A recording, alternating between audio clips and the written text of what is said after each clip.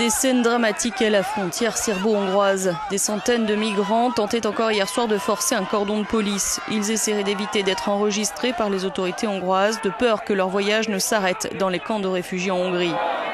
La plupart voudraient se rendre en Allemagne, en Suède, en Finlande ou en Autriche. L'UNHCR est au centre de ce chaos. Dans les jours à venir, le Haut-Commissariat aux réfugiés va installer un centre de transit ici même. Nous allons dresser des tentes, leur donner de la nourriture, de l'eau. Nous travaillons aussi avec les autorités pour que le temps que les gens passent ici, dans ce que vous appelez un point de collecte, soit plus court. Dans ce champ, plus de 1500 personnes ont établi un campement sommaire. D'ici, les forces de police tentent d'organiser leur départ vers le centre d'accueil et d'enregistrement pour demandeurs d'asile de Röszke, mais la plupart ne veulent pas rester en Hongrie. Plus tôt dans la journée, exaspérés, des centaines de migrants avaient réussi à forcer un cordon de police.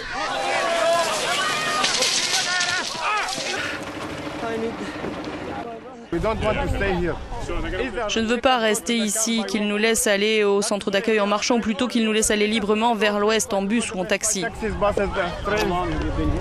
Le Haut-Commissariat aux réfugiés de l'ONU appelle les autorités hongroises à améliorer rapidement les conditions d'accueil de ces milliers de réfugiés.